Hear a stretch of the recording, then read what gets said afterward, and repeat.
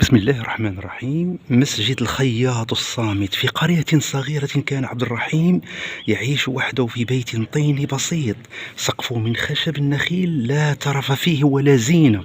في كل صباح يفتح دكانه ويمسك بالإبرة كمن يمسك بالقلم ليكتب فصول الحياة.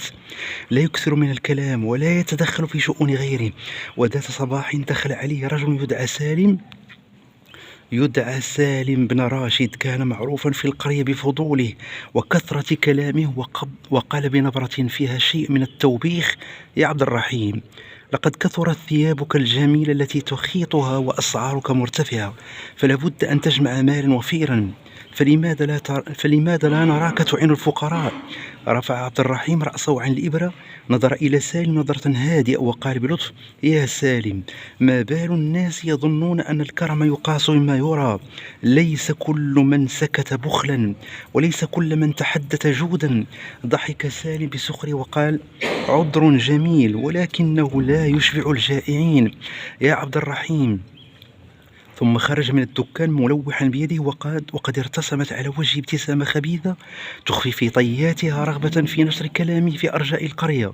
في تلك الليلة جلس سالم مع بعض الرجال في مقهى القرية، وأخذ يروي قصته مع الخياط قائلا: رأيته اليوم لا يريد أن يساعد أحدا، يجمع المال ولا يرحم الفقراء، بخيل لا يعرف الخير طريقا. تغير تغير الناس مع الخياط، صاروا يشترون من خياطين آخرين، وقلت زياراتهم له. لم يبد عبد الرحيم أي غضب، بل ظل كما هو، يفتح دكانه كل صباح يخيط ويبتسم وكأن شيئا لم يكن.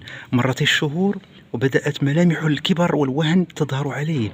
لم يمد إليه أحد يد المساعدة، وبعد أيام عرف الناس أن الخياط العجوز قد توفي وحيدا في بيته.